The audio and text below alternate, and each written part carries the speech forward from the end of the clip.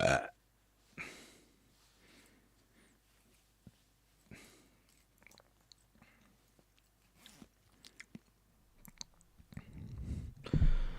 hello.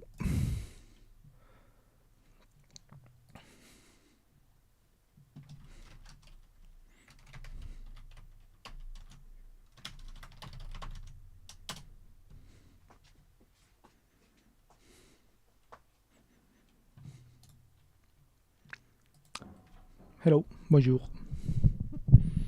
I'm speaking French because I saw my cousin, and my cousin is half French, you could say. Well, she's not half French, but she's lived in France all her life. Genetically, actually, she's fully Spanish, but culturally she is pretty French. Okay, I guess there is no one. Okay, but that if I speak French, that's the reason. Parce que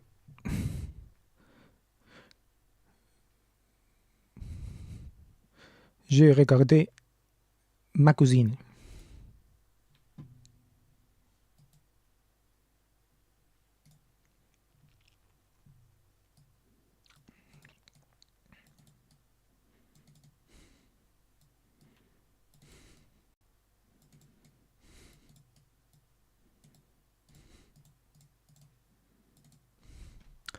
Okay, and today, status as a service is a good one.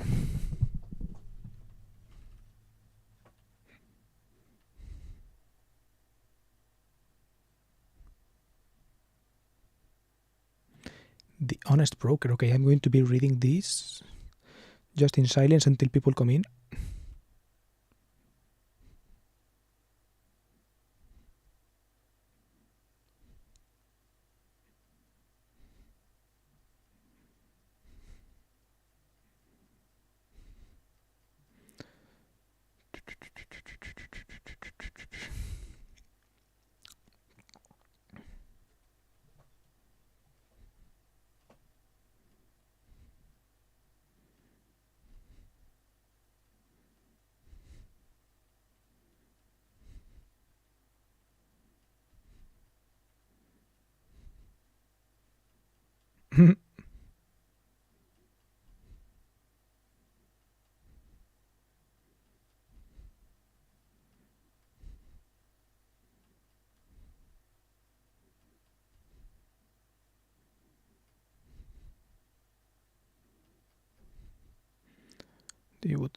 I'm not reading these ones out loud because I want to save my voice for when there are people, but interesting articles so far. I wonder what he will be about.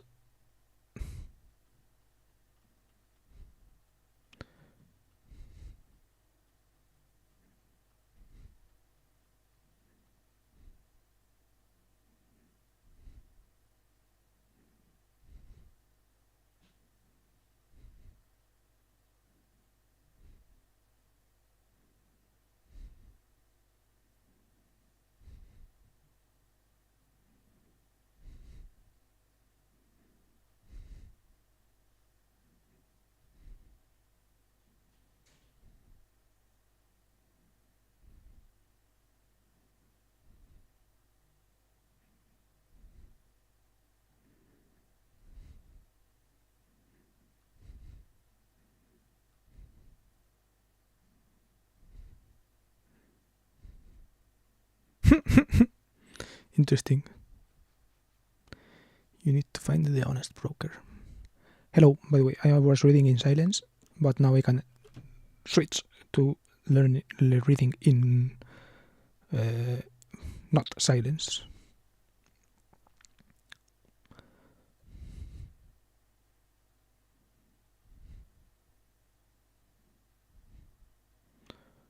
I'm reading this text called The Honest Broker. But yeah, I was going to start with others. Yesterday, hello. Yesterday I read that other thing. Okay, I'm going to finish this one in silence. How are your day, by the way? I went to the piano thing.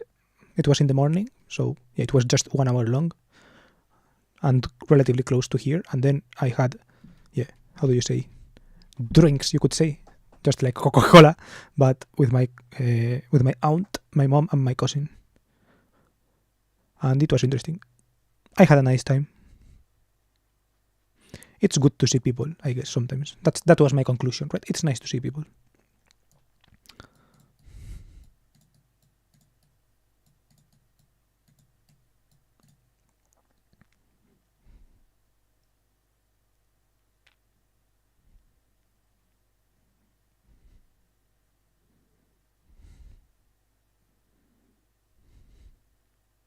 How was your day?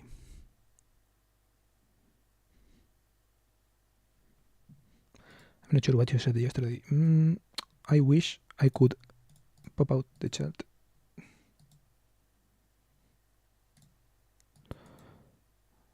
Abrir otra ventana.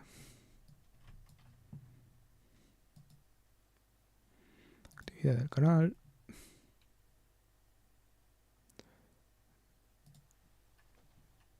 Opa.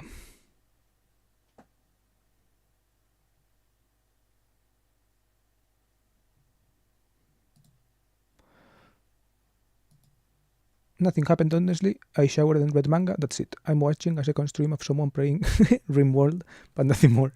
Lol. Who is it? Can you link it in chat? I want to check it out. Should I play the stream so you watch just that stream? But with a little bit of delay.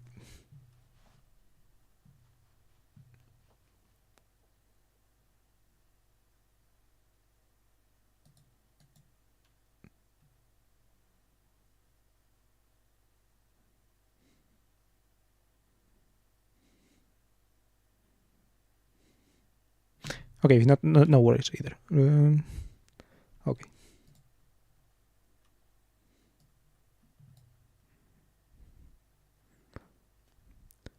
LOL, also one viewer. Dumb. So I guess simple meals over fried meals.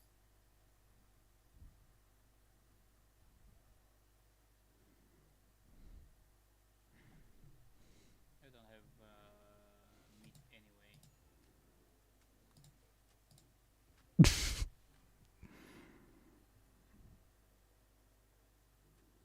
What the fuck was that? Food poisoning. What a strange game.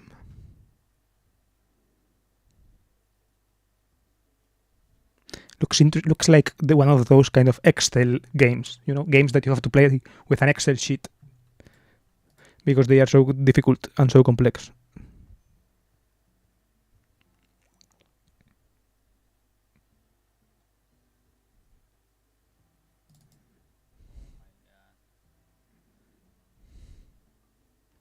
Interesting. Okay, I'm going to read.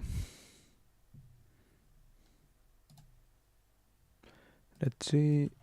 Do this and something like this. Okay, Honest Broker. This blog post that I was reading was about this guy who talks about this thing called Honest Broker.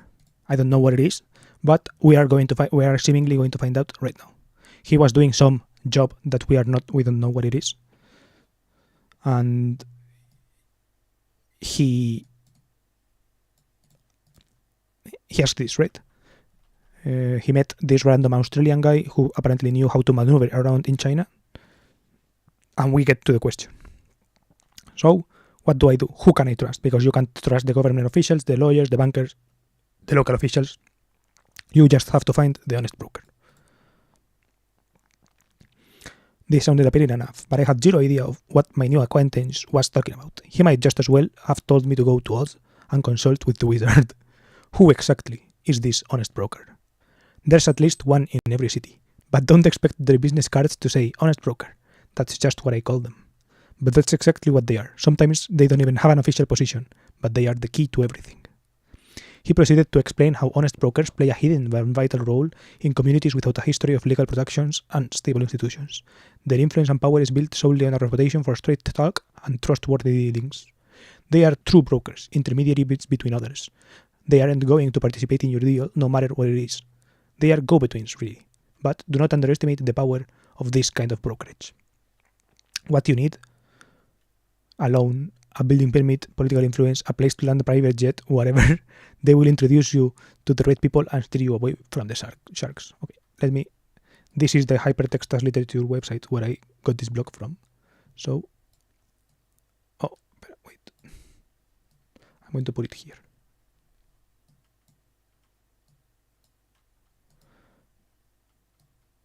Boop, like that. He is new to the game and doesn't want backseating, so it's chill to just wait the site. It's fun. I started playing it recently and it's hard in the beginning, but you get used to it really quick and a lot just gets automated every time. I like that kind of thing. I used to play a lot of these cookie clicker games. You know, the cookie clicker shit that you start to click and then your shit starts to click by itself and you have to click on other things, that kind of thing. I like it. I like seeing numbers grow. So you're a gamer, I guess, honey. I am not that much of a gamer, but kind of. I am going to play PUBG later.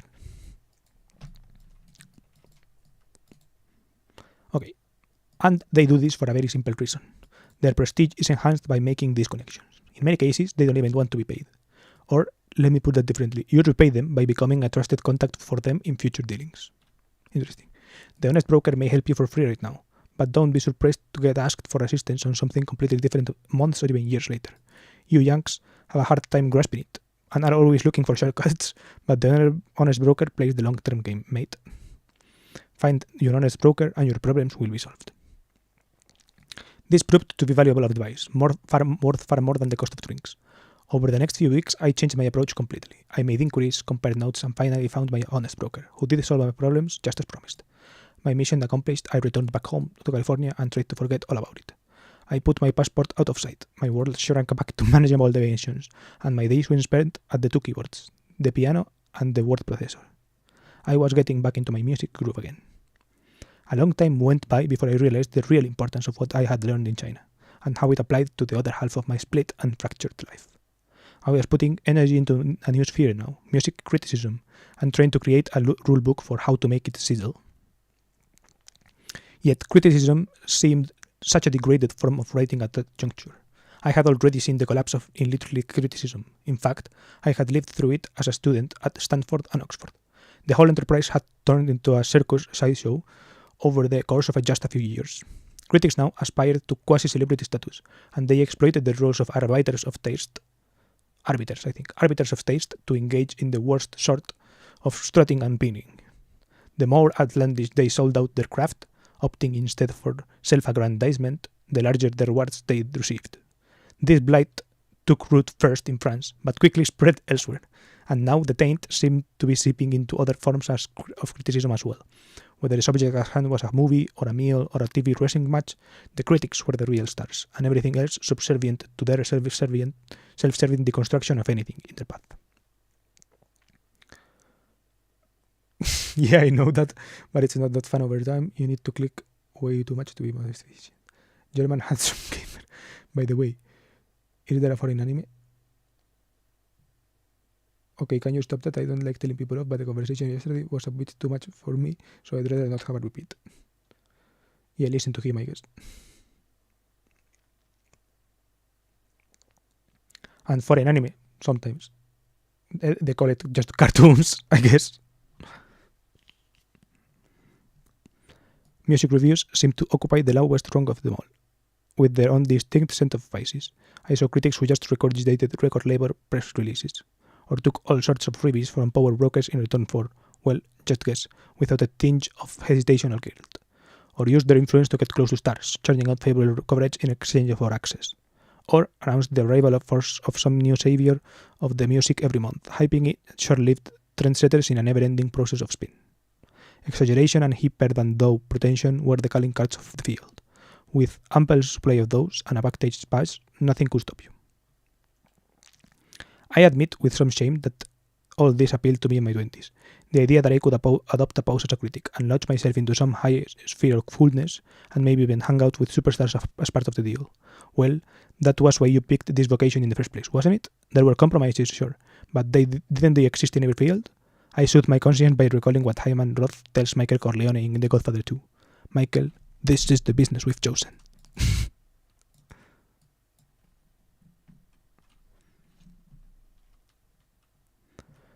I run across now. I'm going to wash up. No idea what that is. Cross as in cross-country race.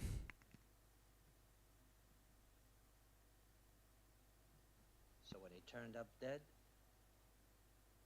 I let it go. And I said to myself, this is the business we've chosen. I didn't ask who gave the order, because it had nothing to do with business.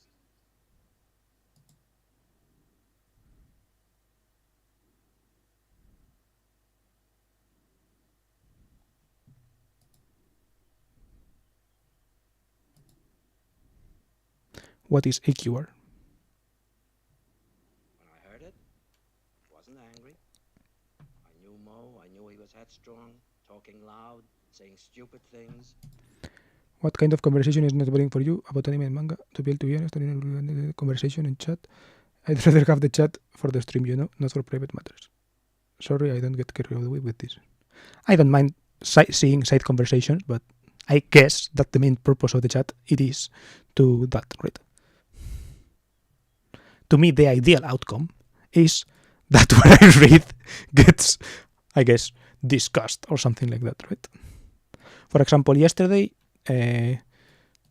Cuadro seemed interested in what I was reading, right? He was interested in that, in the writing criticism and all these things. Sorry, the writing criticism yesterday was, I guess, about writing also. I guess because he also has a blog, right? So it kind of interests him as well.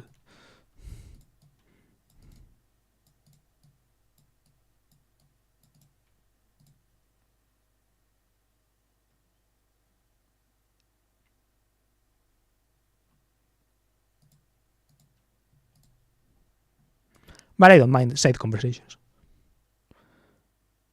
Yesterday was a bit much for me. Yesterday I didn't get what happened yesterday.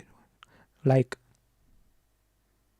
I don't know, like the things about Nazism, for example, I didn't get those.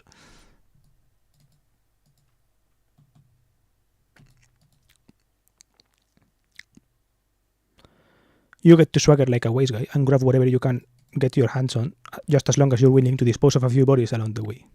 I could play this game, was even good at it. I got published and started receiving some recognition from my talents. But I was troubled nonetheless. This didn't feel right. It didn't add up. Was this really the right way to do it? And that's when I remembered the Honest Broker. The Honest Broker now reappeared in my psyche as an inner voice, an avenging angel whispering in my ear. Remember me? The Honest Broker puts forthright expression and straight dealing above everything else. The Honest Broker doesn't look for direct benefit in any endeavor. The Honest Broker is just an intermediary, not a beneficiary. But all that seems foolish, because what do you get out of it? Day by day, the whispering got louder, turned into a constant drone. Do not underestimate the power of this kind of brokerage. The Honest Broker plays the long-term game. Over time, that scrupulous fidelity and reputation for trustworthy advice beats out all the other strategies. The Honest Broker is irreplaceable, and all the more so when other guides have become unreliable.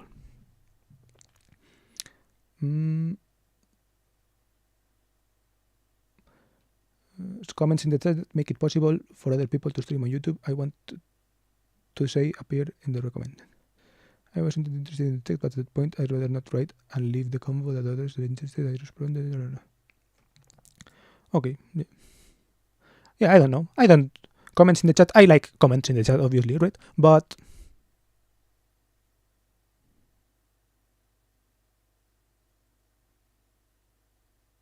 just for the sake of commenting.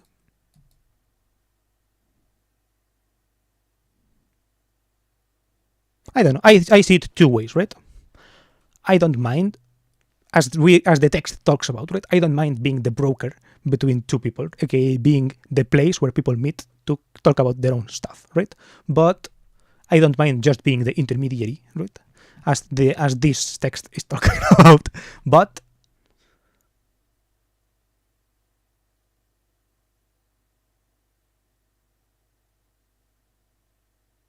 yeah, the intermediary exists for a reason, right? So if that reason is the text, I think that better things come out of it, right?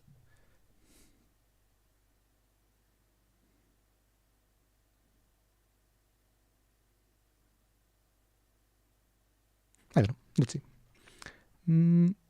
I wasn't interested in it. Okay, that's fine and all, but I'm not interested in having combos in chat. So we are assistants, so I don't force you to answer me much.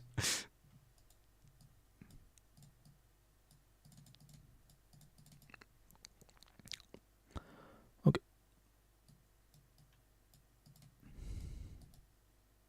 Oh, I guess I don't force you to answer me much is for him. So here I must make another save for a mission. Okay. Again and again, I asked myself the same question. Could the honest broker be a role model for me as a critic?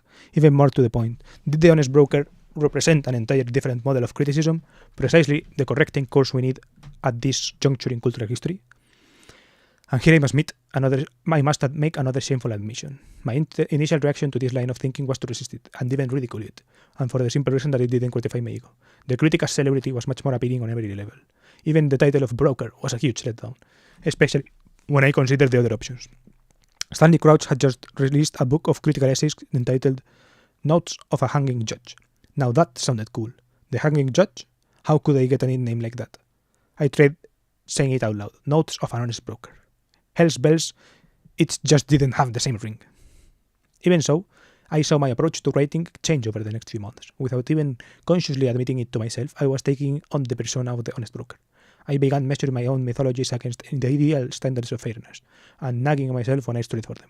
I started paring away at exaggerations and posturing in my prose, and worked to find other ways of imparting color and vitality to my sentences. Above all, I started worrying about my reader, because, after all, wasn't the reader the real person I was supposed to serve?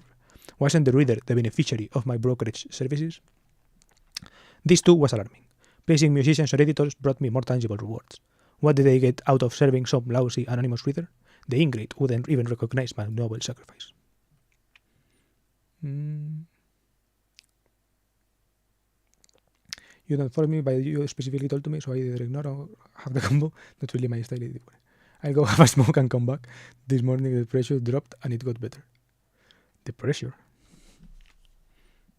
As in the weather pressure, I don't get it. Good to hear.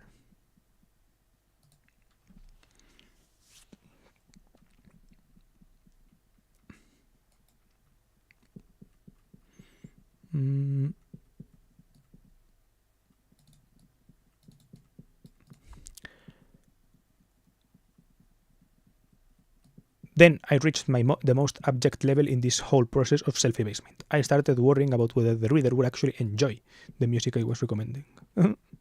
This was a whole new consideration, one that had never dawned on me. And I could tell by consulting various cutting-edge critics that this issue hadn't gotten the radar screens either. They didn't give a rat's ass for the reader's musical pleasure. Or, if they did, they made sure to hide it at every pass. I started reading music reviews just looking for the words enjoyment, pleasure, delight. They had gone missing in action. Why didn't anyone talk about them? Shouldn't enjoyment be a make or break part of the deal? Yes, a critic expands the reader's horizons, informs and educates, but also guides them to pleasure. After all, wasn't that why I listened to music? Wasn't that what brought me to my vocation in the first place? Lost in these maze, I started recognizing all the other priorities that people had who wrote about music. And the more I mulled over the ecosystem, the more polluted it seemed. I saw smart people who wrote entire books about music with the aim of securing tenure from their elder college in a college music department. I saw others twisting themselves into all sorts of contortion in order to win a grant, or preach an editor, or curry favor with some institutional power broker. I even read reviewers who wrote with the apparent goal of ingratiating themselves with other reviewers. Talk about the blind leading the blind. Above all, I noticed a whole syndrome that I came to call the Clement Greenberg program. named after the art critic who achieved enormous success and very large paydays by heralding the work of Jackson Pollock and other abstract expressionists. Greenberg had made it clear that the single most lucrative move for a modern-day critic was to announce the newest new thing, the coming revolution that would sweep everything else aside. And he had proven so influential that, by the time I came of age as a critic, a revolution in music was getting announced every few weeks. I couldn't pick up a newspaper or magazine without reading about some futuristic, world-beating sound that had altered all the rules, and then, after a few weeks later, it would be forgotten, replaced by something just as ephemeral. The whole thing was a joke to anyone who looked at it from the outside, but within the feverish world of music journalism, no one could figure out any better way to operate. Interesting contrast, I guess, with yesterday's thing, right? I think yesterday's post was also dealing with something similar to this, right? It's like, how do you deal with this feverish new thing every day, but in a long-term way, right? How do you think in a long-termist way, in this sense, right? Yesterday's case was about, I guess, career or something like that, or skills. Yeah, talking about kind of skill set and changing the frame of reference between outside and inside, right? Between outside external frame of reference and inside frame of reference of those three things we talked about yesterday. It seems only 20 years old, but I feel like I'm 40 just for smoking. My aunt that I saw today, she has a smoke. How do you say it? Estanco.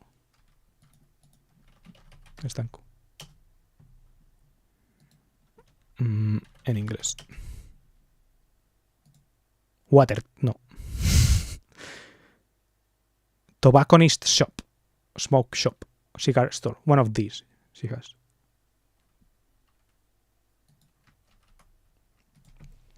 Can you give me the TLDR for the difference to yesterday's text? I'm not good with long text or so much information. Okay, more than the difference, I think it's similarities, right? The similarity is that yesterday was talking about skill set in this recognizing, right? In this case, when you seem from the outside to be jumping between skills a lot, but from the inside, if you have this kind of sense of direction and you follow those three things that he talked about, like repetition, rewriting, repetition, blah, blah, blah, or what were the others? Kind of recurrence or something, yeah, posting often, and the other was, let's see, Control F, grit.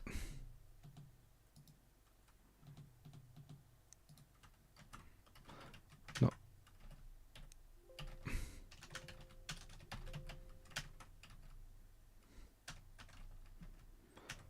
Three R. Reworking, referencing, and releasing. Yeah, if you have this frame of work, right? If you reference yourself, if you release often, and if you rework often, it's like you can build your own internal coordinate system for a skill set, right? You can make your own skill of one or whatever instead of working within the frame of other people's skills, right?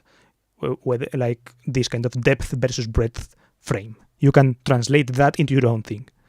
And here, it's similar, right? It's because that makes, in plan, that other frame makes look someone who jumps from skill to skill to skill to skill as someone who is just chasing the new thing, right? But when you want to explore new things, by definition, there is no depth, right? So someone who jumps between new thing and new thing and new thing versus someone who has a career in the new things, there is a difference between that, right? Someone who thinks in a long-term way about jumping between things versus someone who just jumps between things, right? So here he is describing that way. He talks about these art critics who are kind of fake art critics in the sense that the way they do it is by jumping from new thing to new thing, by trying to get that new thing, versus his perspective of being an honest broker, right? It's the long-term perspective, kind of. I think that's how I interpret it, the connection. Right? That's how I connect these ideas.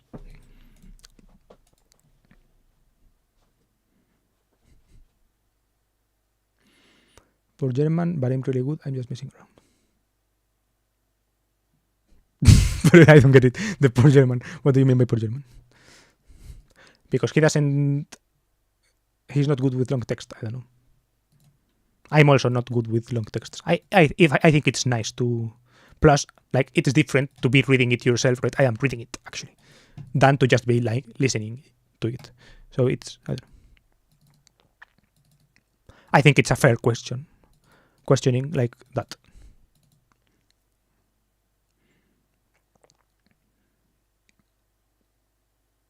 Okay, and there was I, the poor honest broker, with my ridiculous self-chosen nickname and so few tools at my disposal. I had no revolution to peddle, not even a medium-sized riot or back alley scuffle. Sorry. Sorry. I knew I had 2 Coca-Colas today, right? So I knew if I was going to make this work, I had to equip myself better. This would be a long, tough journey. I had to educate myself more deeply, learn as much as I could about music, especially the riches and beauties that others might miss. My new concern with musical pleasure might even turn into an adventure here, opening my ears to sounds the celebrity critics would scorn. I also had to learn how to write better, with more incision and imaginative grasp of the subject at hand. Above all, I had to think about the reader, with far more clarity than I had done before. Perhaps the reader could even think of me someday. Could I wear the title of honest broker with pride? Well, that might be too much to ask. I am just a broker, merely an intermediary. Sometimes I don't even get paid for my services. But maybe, just maybe, this can work. That's what I keep telling myself over and over. It's the long-term game, mate. It's the long-term game.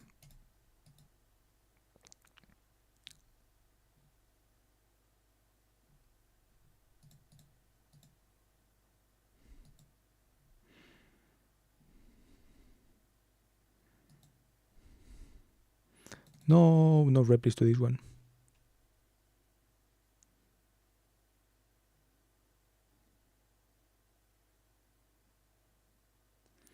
It is true, but I do have my problems with long text either way, even if it is something I'm really interested in.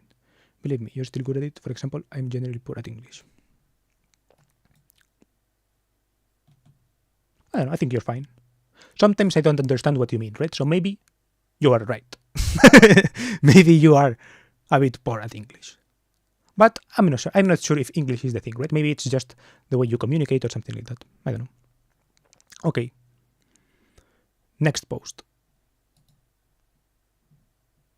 In this post, he mentions something here. Here, this. What does... Okay, you don't see it. What does the inside view of grit look like? I took a shot at describing the last subjective feel in my last post on the Tempo blog. It simply feels like mindful learning across a series of increasingly demanding episodes that build on the same strengths.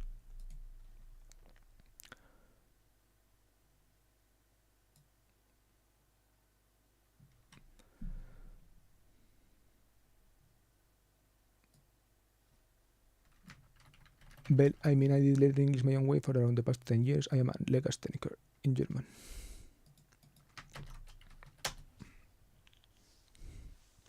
Legastheniker. Dyslexic.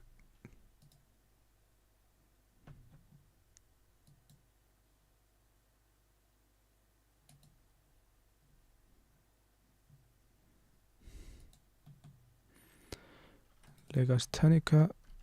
Etymology. The translation to dyslexic sounds a bit harsh.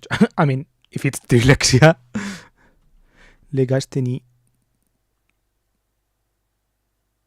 weakness to read. Dyslexia,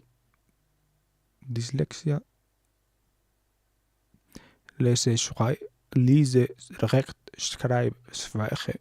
Joder, German is so fucking hard. Legasthenisch.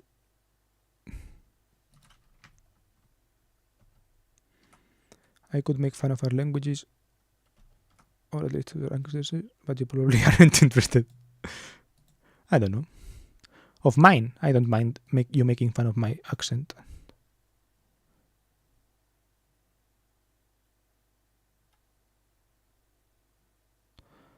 Okay, this is the post, but because there is no graph, I chose to look it up on an archive.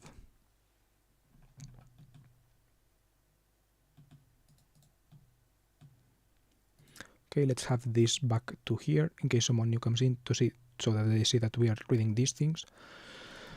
And Daemons and the Mindful Learning Curve. Let's see how Venkatesh sees this kind of grit from the inside. Like, this is his...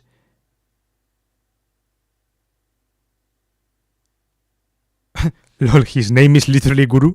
Venkatesh Guru Rao. That's crazy.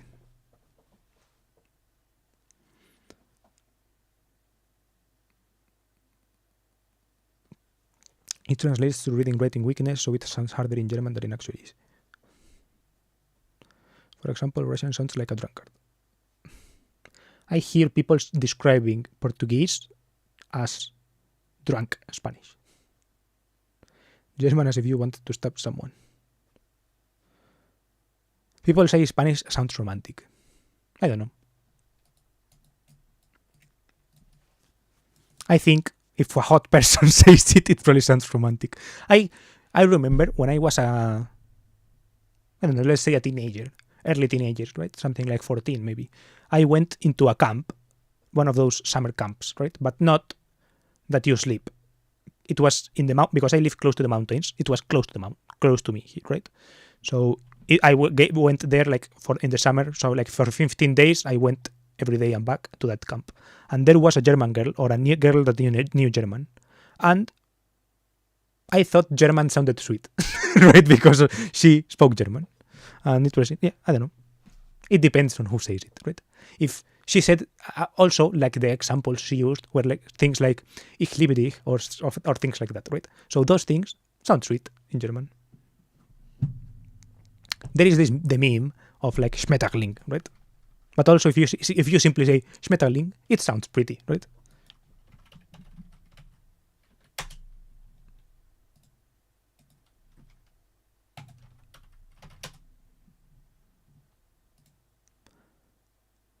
This thing, right? Farfalla, butterfly, papillon, mariposa, Schmetterling. But if you say farfalla, right, it also sounds angry. Right? It depends on how you say it. Like the Simpsons clip, farfalla vendetta, farfalla vendetta.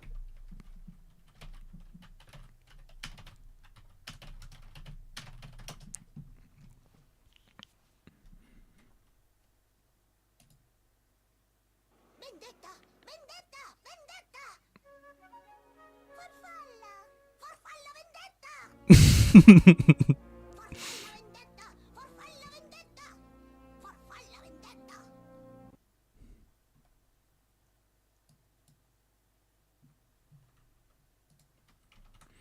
In movies and such, the German accent is really harsh and over the top. No one actually talks like that.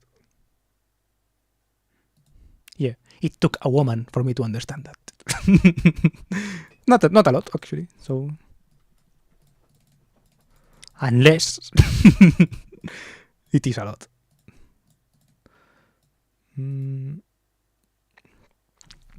It has a characteristic tempo.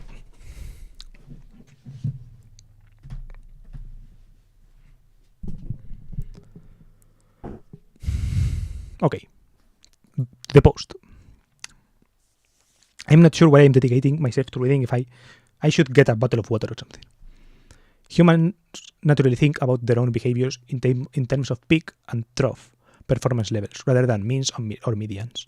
Without any performance tracking, we know our limits in a variety of domains. Each time we attempt a performance episode in any skilled domain, this limit changes, yielding a learning curve. It has a characteristic tempo, depending on the episodic performance quality, as well as a tempo across episodes that is correlated with quality. I prefer this model of a learning curve that I made up to the usual smooth S-shaped one with a plateau in the end. I'll explain why in a bit. This picture is related to what I call the Freytag staircase in the book, but it's not quite the same. peak episodic tempo, trough episodic tempo, healthy evolutionary tempo. Both peaks and troughs rising. The fastest I've ever run is an 8-minute mile. On my worst, peaks and troughs.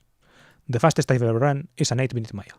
On my worst days, if I can get off the couch at all, I struggle to finish a 15-minute mile. In terms of endurance, the most I've ever run is 8 miles. On my worst days, I can barely run half a mile. On my best days, I can write thousands of words of near flawless prose, by my standards, that is, stuff I am happy to post without further revision. On my worst days, I can barely squeeze a couple of 100 words, and they tend to not be very good. I often endlessly revise the words and still end up throwing them away in disgust. These two regimes, peak performance and trough performance, are very different psychologically. The former is about an effortless, stable tempo, with what positive psychologists call flow. It is about letting go and maintaining a light and gentle control on exuberant energy.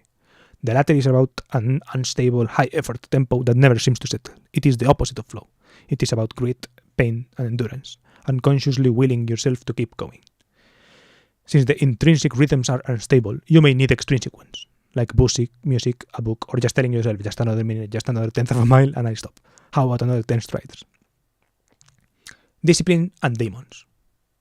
I used to think, or daemons, not sure how to pronounce this. Does the beginning sentence miss an H? Isn't it supposed to be true? No. Trough, peaks and troughs, en plan trough, this is a peak and this is a trough.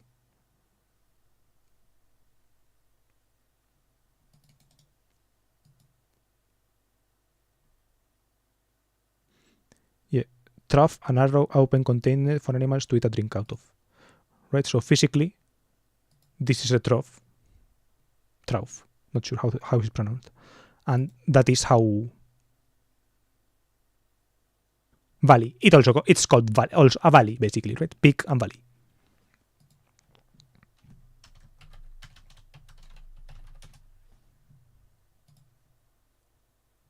Trog.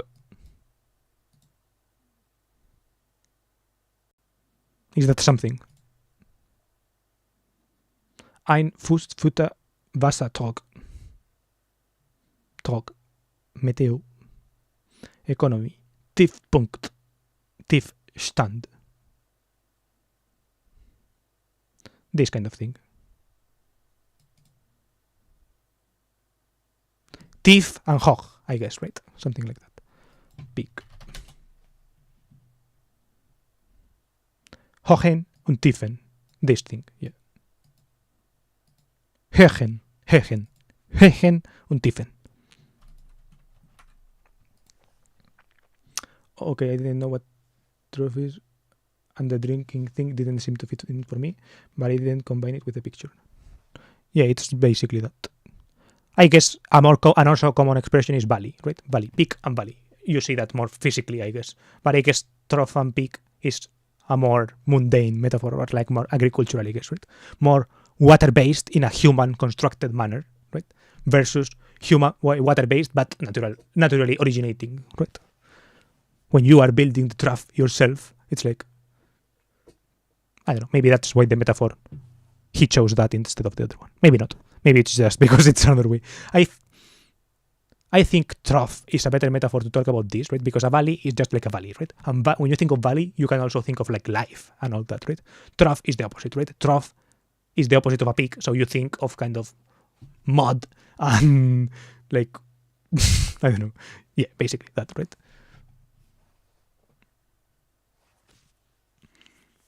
Being all muddy and it's hard to walk.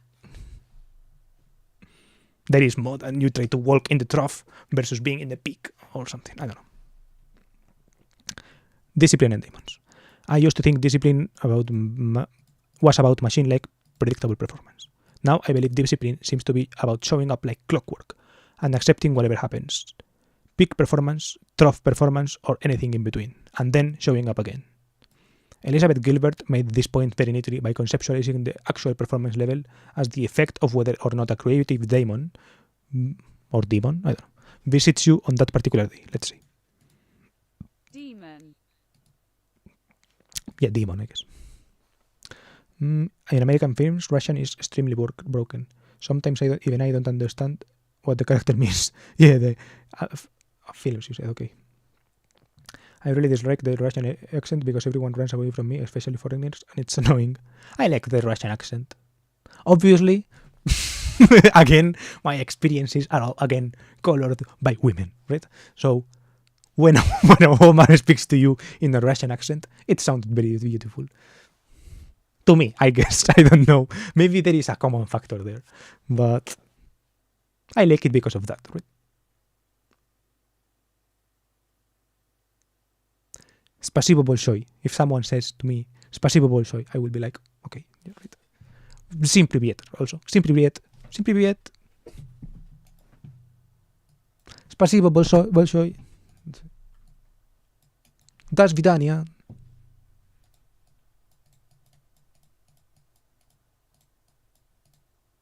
Those things sound pretty.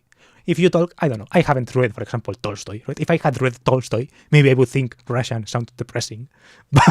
But I have listened to Russian pop music. This was a song I heard the other day. YouTube.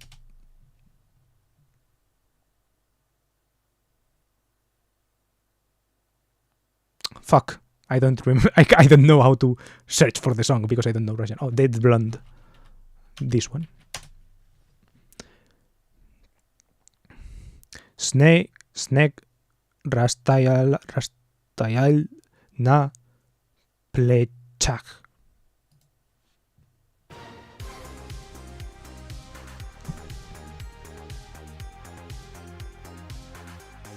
Yes, when she sings Russian, to me it sounds very beautiful.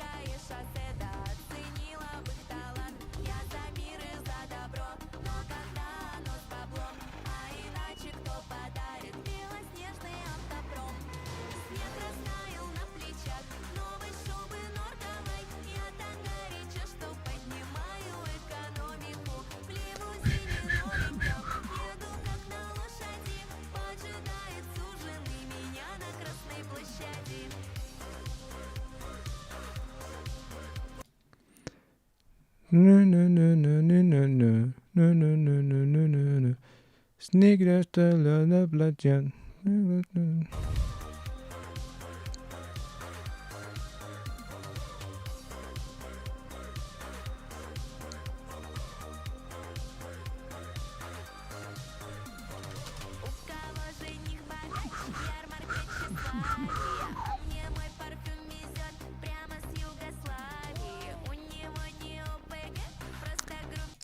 I don't get the video.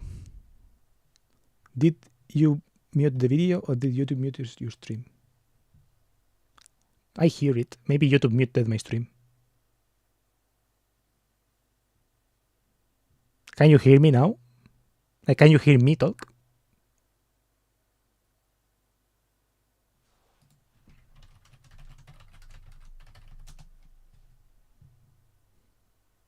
Like, if I talk, can you hear me? Maybe it did mute my stream. I don't see the thing. It should tell me, right? If it usually when it mutes you, it tells you here. It says something like here. It says it puts it in yellow. No, then maybe it has muted me. Fuck. Let's see. When it mutes you, it tells you here. It says no. I maybe. It puts it in yellow. I can hear everything. Yeah, I think maybe you muted it. Or maybe it mutes selectively by regions or something? Could that be that Germany gets muted? Lol, is it me? Maybe it is not you, but it's your country, right? Maybe Germany blocks that kind of stuff. Maybe it can, like, it has advanced the detection for some reason.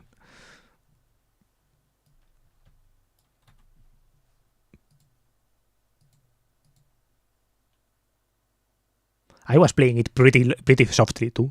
Like, I think this is not very hearable, right? Okay, no, I guess it's distinctly hearable, but I don't know. Do you understand it? TY. Well, my stream doesn't have any sound anymore. I reloaded, but it's still missing. Bro, what the fuck? Should I stop? Let me pause. Your movements do look funny.